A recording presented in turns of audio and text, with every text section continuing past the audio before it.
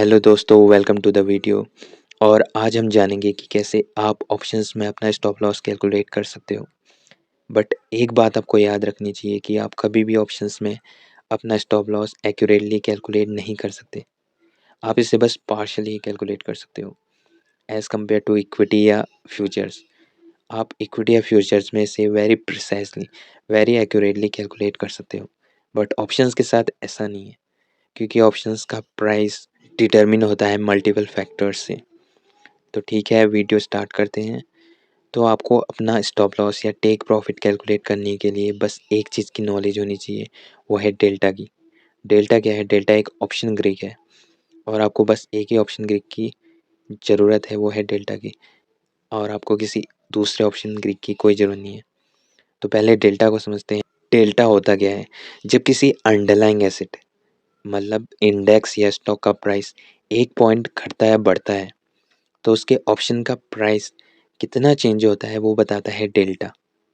अगर आप मैथमेटिकली समझना चाहते हो तो delta equals change in options value divided by change in underlyings value. अलग अलग स्ट्राइक प्राइस के जो ऑप्शन होते हैं उनका डेल्टा भी अलग अलग होता है। अगर आप आमतौर पे बात करें, ऑप्शन तीन टाइप के होते हैं: ATM option, OTM option and ITM option. और इन तीनों के डेल्टा अलग अलग होते हैं। एटीएम ऑप्शन का डेल्टा लगभग 0.5 के करीब होता है और इसके जस्ट ऊपर जो आईटीएम ऑप्शन होता है उसका डेल्टा होता है 0.6 के करीब। और जस्ट इसके नीचे जो ओटीएम ऑप्शन होता है उसका डेल्टा होता है 0.4। मोस्टली आप एटीएम ऑप्शंस में ट्रेड करते होंगे, मोस्ट पीपल एटीएम में ही करते हैं, तो इसे एटीएम ऑप्शन के एग्जांपल से समझते हैं।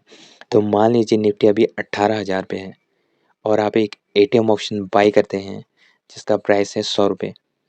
अब कुछ मिनट बाद निफ्टी का प्राइस पहुंच जाता है 18,010 पे, तो आपके ऑप्शन का प्राइस कहाँ पे पहुंचेगा? तो आपके ऑप्शन का डेल्टा होता है 0.5। हर पॉइंट पे ये 0.5 मूव करता है, तो 10 पॉइंट पे कितना मूव करेगा? 10 मल्टीप्लाइड बाई 0.5, यानी ये 5 पॉइंट मूव करेगा। तो आपका प्राइस 100 रुपये से लेके 105 पे पहुंच जाएगा। तो बस डेल्टा की हेल्प से हम अपना स्टॉप लॉस और टेक प्रॉफिट कैलकुलेट करते हैं ऑप्शंस में। तो मैं यहाँ पे एग्जांपल से समझाऊंगा आपको।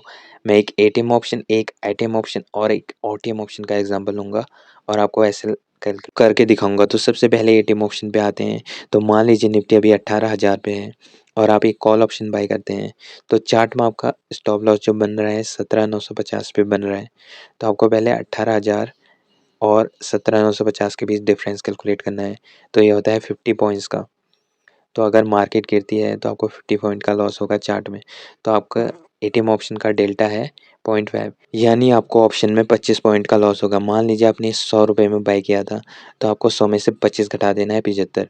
तो आपका स्टॉप लॉस बनेगा 75 में। तो आपको एसएल में 75 लिखना पड़ेगा ताकि आपको एक क्वांटिटी में केवल 25 पॉइंट का ही लॉस हो और आपको पूरे लॉट साइजेस से मल्टीप्लाई करना पड़ेगा, तो उतने का आपको टोटल लॉस होगा। तो अब इसे समझते हैं ओटीएम ऑप्शन के लिए, यानी एटीएम के जस्ट नीचे वाला स्ट्राइक प्राइस का ऑप्शन। तो निफ्टी 18,000 पे थी और हमारा स्टॉप लॉस बन रहा था 17,950 पे, यानी 50 पॉइंट का।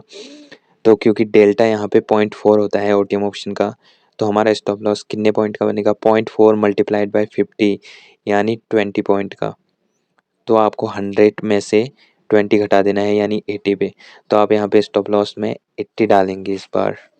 अब इसे हम आईटीएम ऑप्शन के लिए समझते हैं। एटीएम ऑप्शन के जस्ट ऊपर वाला जो ऑप्शन होता है उसका डेल्टा होता है 0.6। तो ठीक है, हमारा स्टॉप लॉस 50 पॉइंट का था चार्ट में। यहाँ पे हमारा कितने का बनेगा? 50 मल्टीप्लाइड बाय 0.6, यानी 30 का। तो यहाँ पे आपको 100 में से 30 घटाना पड़ेगा, यानी 70। तो आपको स्टॉप लॉस में 70 डालना पड़ेगा। तो अगर आप ऑटोमेटिक एसएल का यूज़ करना पसंद करते हो तो आप इस तरह से अपना एसएल या टेक प्रॉफिट कैलकुलेट कर सकते हो। और आप इसकी हेल्प से आप अपनी पोजीशन साइजिंग भी कैलकुलेट कर सकते हो कि मुझे कितने लॉट बाई करने चाहिए ताकि मेरा रिस्क इतने में फिक्स हो जाए। So thanks for watching the video. Like, share and subscribe.